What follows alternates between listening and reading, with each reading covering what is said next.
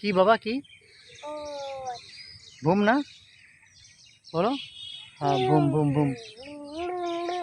আসসালামু আলাইকুম রহমতুল্লাহ। আমার ছেলে প্রায় প্রায় একটা কথা বলে যে বাবা বুম, বা মানে মোটর সাইকেলের কথা বলে।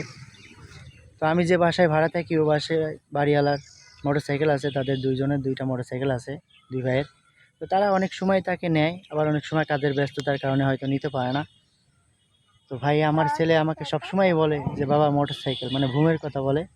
তো আমি আমার ছেলেকে বুঝাইতে পারি না যে বাবা আমার তো মোটর সাইকেল কেনার মতো সামর্থ্য আল্লাহ তাআলা দেন নাই। তো সবাই দোয়া করবেন আমার জন্য, আমি যেন মোটর সাইকেল কিনতে পারি আর আমার ছেলেকে মোটর সাইকেলে ঘুরাইতে পারি।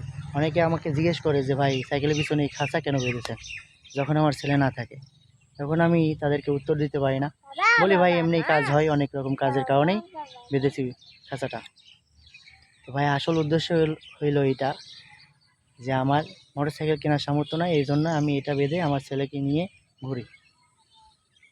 দোয়া করবেন সবাই আমার জন্য। দয়া করে ভিডিওটা ফর ইউতে নিয়ে যাবেন, বেশি বেশি করে লাইক করবেন এবং শেয়ার করবেন, যতটুকু সম্ভব ফর ইউতে নিয়ে যাবেন ইনশাআল্লাহ।